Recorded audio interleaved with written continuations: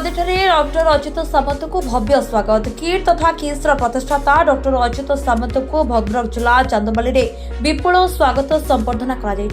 गदिठारे समाजसेवी सत्यानंद राउत नेतृत्व में शताधिक महिला युवक युवती गहन में अच्युत सामंत को पुष्पगुच्छ और उत्तरीय दि जाए भव्य संबर्धना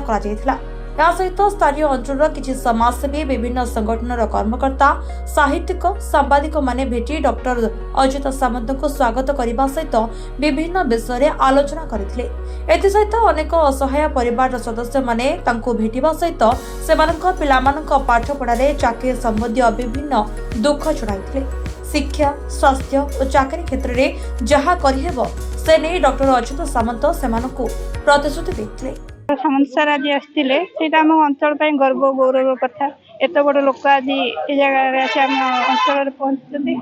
विभिन्न अंचल लोक आसी पहुँची से किए मेडिकल समस्या का छुआ पाठ पढ़ी पारना से दुख सार आगे से प्रकाश करते सार से प्रतिश्रुति देकी गले यथा संभव से दुख बुझे छुआ पाठ पढ़े सामंत सार को आम अंचल तरफ आम तरफ समस्त तरफ सार को अशेष अशेष धन्यवाद। सार आसते सार दुर्गी मत मुंडे आशीर्वाद करके सब कथा दायित्व ने बुझापी आ सार प्रतिश्रुति देकी गले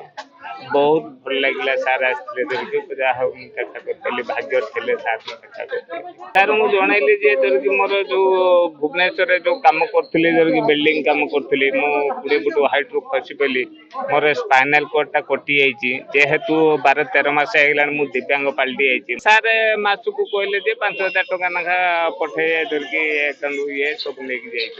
बहुत भल लगे। सार दुर्गी एत बाटू आसते भुवनेश्वर सार आसते दुर्गी मते सार देखी बहुत मत खुशी लगे। सर ओडिशार एक आदर्श शिक्षा अनुष्ठान किस किट और कलिंगर प्राण प्रतिष्ठाता डॉक्टर अच्युत सामंत आज चांदबाली गस्तर आसते गदी ठारे सर्वदलीय बुद्धिजीवी साहित्यिक कवि और स्वेच्छासेवी संगठन पक्षर संबर्धित करागला उत्तरीय प्रदान करागला एवं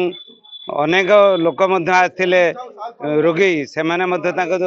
दुख जनइले एवं आमर एठारे एकमात्र दाबी थिला जे किस किट पक्षर गदी ठारे एक विद्यालय प्रतिष्ठा हो आम अंचलर गरीब दलित अनग्रसर पिला माने शिक्षित होंतु एवं पाठ पढ़ियार सुविधा पाइबे तत्संगे संगे गदी ठारे एक डाक्तरखाना प्रतिष्ठा करिया नागरिक मान पक्षर दृढ़ दाबी करागला एवं डॉक्टर अच्युत सामंत आम अंचल गोटे गर्व गौरवर विषय एते लोक आज संबर्धना देले सम्मान कले फूल तोड़ा देले मु चांदबाली इतिहास एभली उच्चसित संबर्धित सभा केबे देखी नहीं। आमे चांदबाली वासी पक्षर गदी बजार एवं नागरिक मान पक्षर डॉक्टर अच्युत सामंत कृतज्ञता ज्ञापन करुचु सी बुद्धि विचार करी गदी ठारे आमर प्रस्तावित किस किड्स गोटे विद्यालय एवं डाक्तरखाना प्रतिष्ठा करने दिगरे यत्नवान हेबे यही श्री जगन्नाथ निकट में आमर प्रार्थना। चांदबाली विजय महालिक रिपोर्ट फोकस प्लस।